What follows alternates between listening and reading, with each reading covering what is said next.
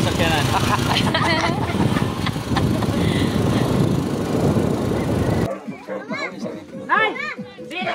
Guys, alis na naman tayo.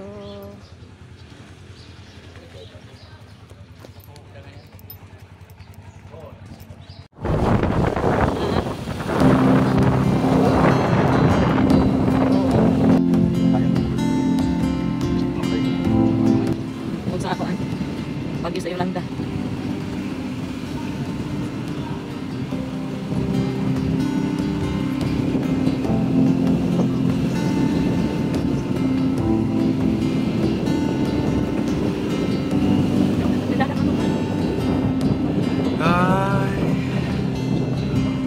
I've searched many years.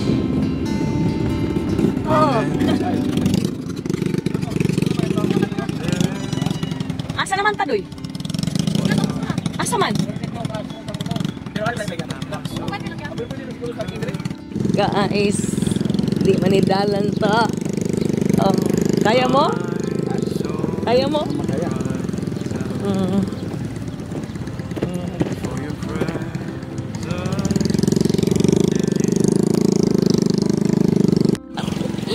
Arong baya. Hindi naman idalan pa.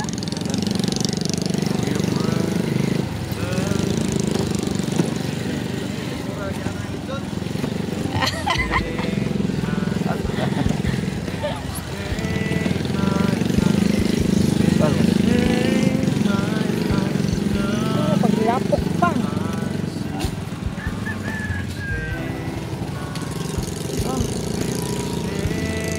Balan ay. Oy, hawa.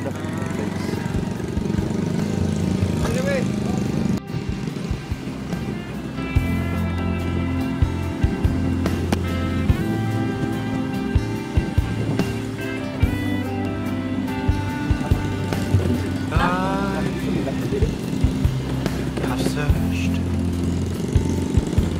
many years on it. There Lakaw na taong takit ito. was no Ito guys, ito yung daanan. Diba, nakita niyo pumunta kami sa Dalampasigan, then bumalik kami kasi hindi po ito yun ang tama ng place. So nandito kami, medyo madulas po yan kasi medyo may maputik na part. Talaga naman okay lang doon sa mga sanay na mag-drive ng motorbike, pero hindi ba ganun si Pastor. So anyway, dito na tayo, medyo malapit na po tayo sa Dalampasigan. Kadaghanan ba yan ng mga bright, no? Hindi kasagakot sa ministry. Kay iya lang magud na i-analyze o sa panigurado. May nang mga ibaw kay La, sigura. diretso raw eh, pakialam. Dili ba mo risgo kay kuan man maka anticipate man lagi.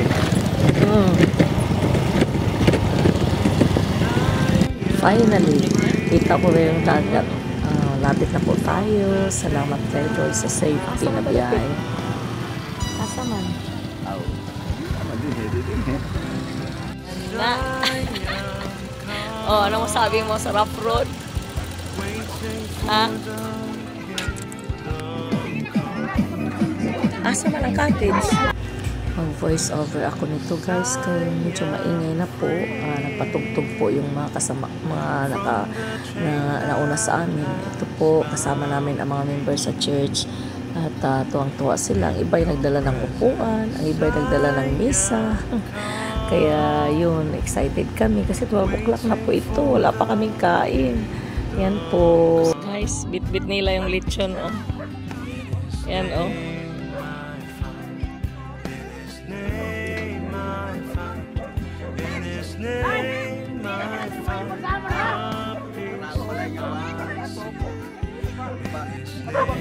Hi guys, laglaag pa gamay.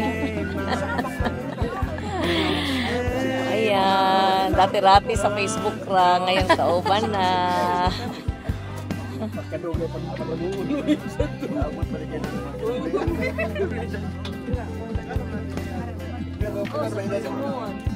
Pag 66 pero sa karong pagkihit sa September.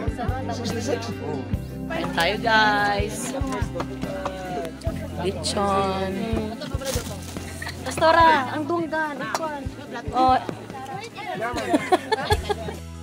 Yan po, iba yung ngiti ng busog. So, yun, uwi na po kami niyan. Kasi bibiyahe pa kami pa uwi sa Lapu-Lapu po. Yan po. Ay, dadaan pala kayo sa San Remigio po kasi nandun ang mga kapatiran.